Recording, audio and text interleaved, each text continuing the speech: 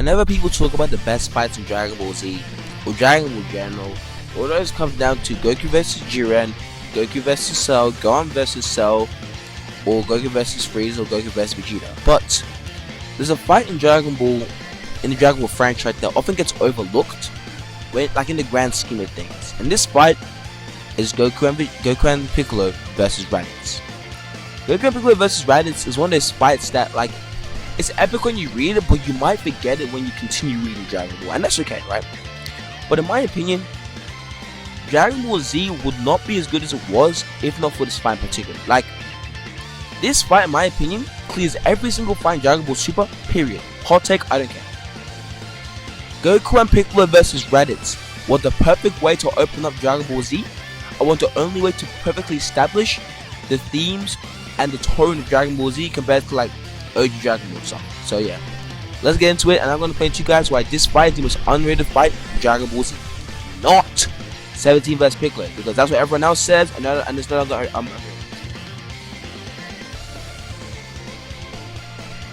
the stakes that were introduced in this arc cannot be understated, you know, like you know, if you just read Dragon Ball during that time, we just came off the back of one of the best fights in Dragon Ball, which is Goku vs Piccolo in the Tenkaichi Budokai.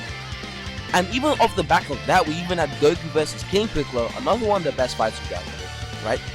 We just had that, right? So we're coming off that, and we're coming towards, you know, this like Dragon Ball Z. And you know, the opening is good, you know, Goku has a kid now, everyone's happy. But then Piccolo gets ambushed by this weird guy with fluffy hair.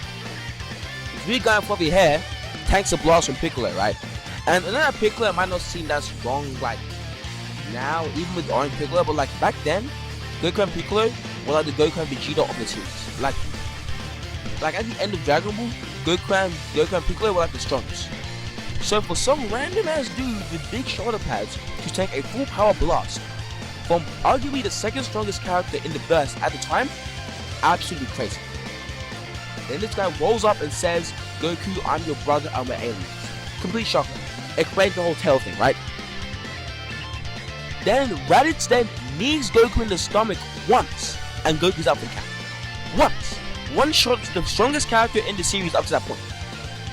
And skills go on, right? Crazy, right? And tells Goku to slaughter humans or else Gohan dies. Crazy, right? Like, you have to think about it, right?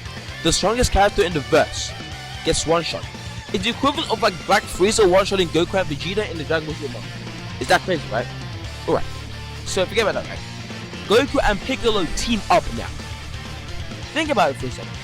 The top two in the verse, who are enemies, teaming up on one singular nigga because he's that strong. That's crazy. That's crazy, right? Two of them team up on Raditz, and at the beginning, Raditz still outclasses them. Think about it for a second. Raditz still outclasses them, bro. By Raditz being in Dragon Ball Z at the very beginning, Toriyama basically tells all of us that whatever you saw in Dragon Ball, Tenkaichi Budokai, Red Ribbon Army, all that was all child's play. The real fight begins now. It's aliens from outer space now. It's no longer demons and undead people, now it's aliens from outer space. That's what Toriyama does. Toriyama shows us that the stakes of Dragon Ball are getting so much higher now. And not to be Raditz. And on top of that, Raditz tells them that he is not even the strongest Saiyan out there. There are two others who are stronger than me. Last thing Raditz says. Which means that this guy who just one-shot Piccolo and could easily one-shot Goku as well, wasn't even the strongest dude in the verse. What a way to set up the stakes of the arc, though. Good to you, Toriyama. The point I'd like to bring up is that Dragon Ball Z, this first fight in Dragon Ball Z, it actually shows how teamwork can be used in fights. Because let's be honest, right, up to this point we haven't had any real team-ups in Dragon Ball up to that point, like in the Dragon Ball series. I can't really think of any significant team-up fight that we've ever had. But seeing Goku and Piccolo teaming up to fight one dude is crazy. But also, it shows strategy, right? Because this is one thing that I feel like most Dragon Ball fights lack nowadays. A clear strategy. Goku and Piccolo, right? Goku and Piccolo realize early on they individually cannot defeat Raditz. Let's team up. They team up. They hit Raditz with everything they've got. Punches, kicks, blasts, Kamehamehas, everything. Realize that they cannot defeat it. But there's one thing that they have over Raditz. They can increase their power levels more than Raditz can. Because Raditz noted that when Goku did Kamehameha, Goku's power level rose, right? Also, Piccolo told Goku that he had a technique that he was using to kill Goku, but that this technique, Special Beam Cannon, can kill Raditz. So then the two of them reworked their whole fighting strategy around Piccolo firing the Special Beam Cannon off. That's what you call strategy, okay? Not Goku versus Jiren, bang bang bang bang bang, who has bigger biceps, bang bang bang bang bang, who has a flashy aura, bang bang bang bang bang, who's the MC of the show. Not that. We're talking about actual strategy, right? So Goku and Piccolo work around the strategy, right?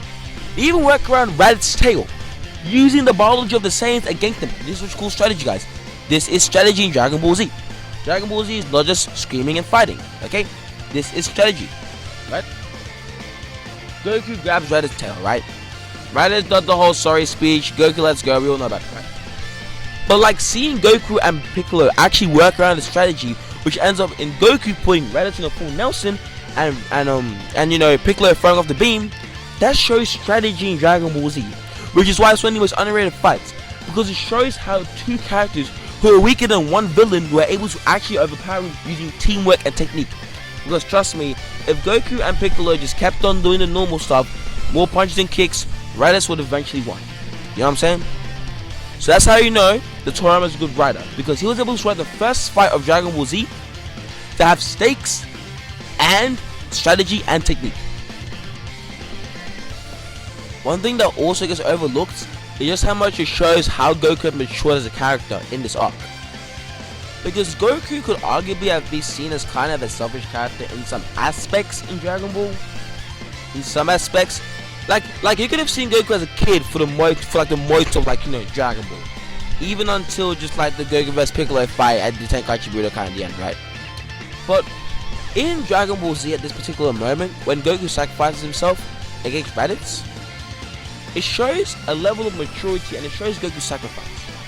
Because Goku is dying for his son.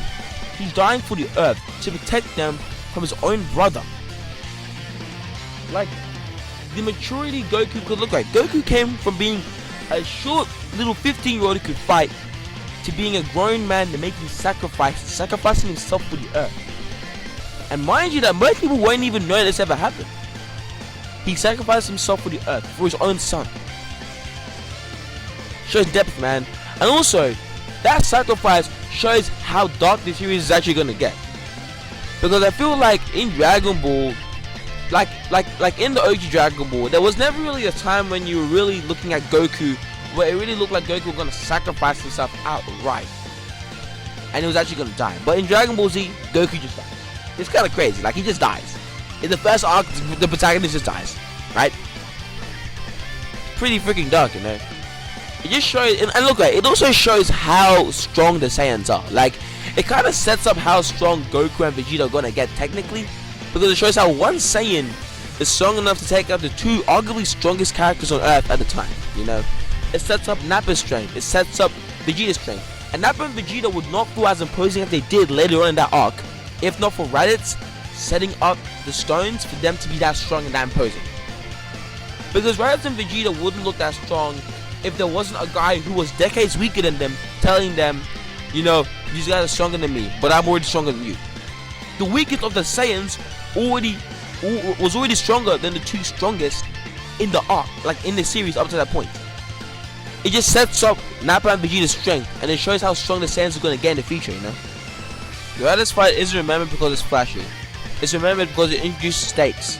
It introduced the Saiyans. It showed us Gohan's potential, and it showed us most importantly that Goku can't just win alone. That sometimes Goku needs help, because not everyone's going to be for the MC to just dog with, you know. And in my opinion, that's why the Raditz fight between Goku, Piccolo, and Raditz might just be the most underrated fight in Dragon Ball Z. Oibo out.